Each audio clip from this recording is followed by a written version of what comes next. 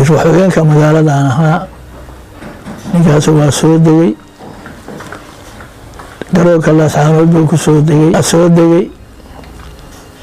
dadkii soo dhaweynayay salaamay salaantii baanu kala qaadanay waa soo kaxaynay waa soo horgalay dowladda degmada laascaanood dowladda hoose baanu ku soo dejinay ninkaas waa ka hadlay odayaashii waa ka hadleen waxaa la su-aalay cabdirashiidow ma lagugu yidhi laascaanood baa lagugu dilayaa ilaah baa wax dila laakiin saasaa la yidhi ilaah baa wax dila hadday taydii noqoto nin kale ay bedelaya daruurtu markaa waana dul joogtaa ilaah uu soo furo uu yidhi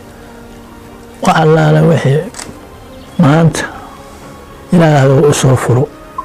ilaah raxmad khaybta ilaah raxmad wanaagsan ilaah waxaas ugu duceeyey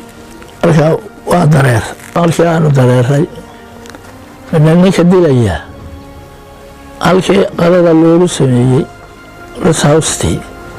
buuga sii tegey askartuuna ka mid ahaa askarta burco laga keenay buu ka mid ahaa waxaa naga horeeyey gaadhi ciidana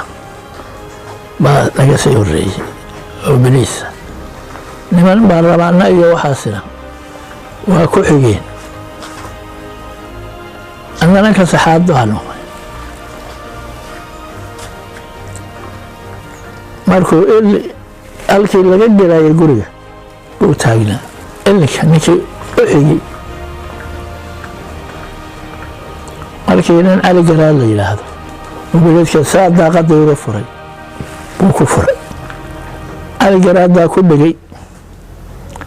mobileedka cali garaad baa ku dhegay mobileedka markaasuu wuxuu yidhi waa igaga qaraxday halkaasaa odayo halkaasaa ra-iisul wasaar madaxweyne ku dhirta